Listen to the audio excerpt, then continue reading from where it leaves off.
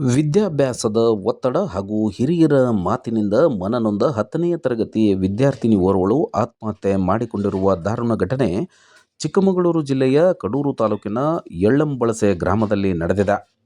ಕಡೂರು ತಾಲೂಕಿನ ಯಳ್ಳಂಬಳಸೆ ಗ್ರಾಮದ 10ನೇ ತರಗತಿ ವಿದ್ಯಾರ್ಥಿನಿ ಬಿಇಒ ಮನೆಗೆ ಬಂದು ಬುದ್ಧಿವಾದ ಹೇಳಿದ ಬೆನ್ನಲ್ಲೇ ಈ ತೀವ್ರ ನಿರ್ಧಾರ ಕೈಗೊಂಡಿದ್ದಾಳೆ.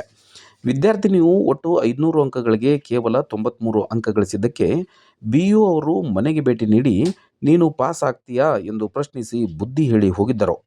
ಬಿಇಒ ಭೇಟಿ ನೀಡಿ ಬಳಿಕ ಮಂಕಾಗಿದ್ದ ಬಾಲಕಿ 2ನೇ ಪೂರ್ವ ಸಿದ್ಧತಾ ಪರೀಕ್ಷೆಯಲ್ಲೂ ಫೇಲ್ ಆಗುವ ಭಯದಿಂದ ಜನವರಿ 28ರ ರಾತ್ರಿ ಮನೆಯಲ್ಲಿದ್ದ ಕೀಲು ನೋವು ಹಾಗೂ ಉಳುಕಿನ ಮಾತ್ರೆಗಳನ್ನು ಸೇವಿಸಿ ಆತ್ಮಹತ್ಯೆಗೆ ಯತ್ನಿಸಿದ್ದಳು. ಚಿಕಿತ್ಸೆ ಫಲಕಾರಿಯಾಗದ ಕಾರಣ ಆಸ್ಪತ್ರೆಯಲ್ಲಿ ಸಾವಿಗೀಡಾಗಿದ್ದಾಳೆ. ಕಡೂರು ಪೊಲೀಸ್ ಠಾಣೆ ವ್ಯಾಪ್ತಿಯಲ್ಲಿ ಘಟನೆ ನಡೆದಿದ್ದು, ಮಗಳ ಸಾವಿನ ಬಗ್ಗೆ ಪೋಷಕರು ಇದುವರೆಗೆ ಯಾವುದೂ ದೂರು ನೀಡಿಲ್ಲ. ಕೇವಲ ಅಂಕಗಳೇ ಜೀವನವಲ್ಲ ಎಂಬ ಅರಿವು ಮೂಡಿಸುವಲ್ಲಿ ಸಮಾಜ ಸೋಲುತ್ತಿದೆಯೇ ಎಂಬ ಪ್ರಶ್ನೆ ಮೂಡುವಂತಿದೆ. ಮೃತ ವಿದ್ಯಾರ್ಥಿನಿಯ ಕುಟುಂಬದಲ್ಲಿ ಈಗ ಮೌನ ಆವರಿಸಿದೆ.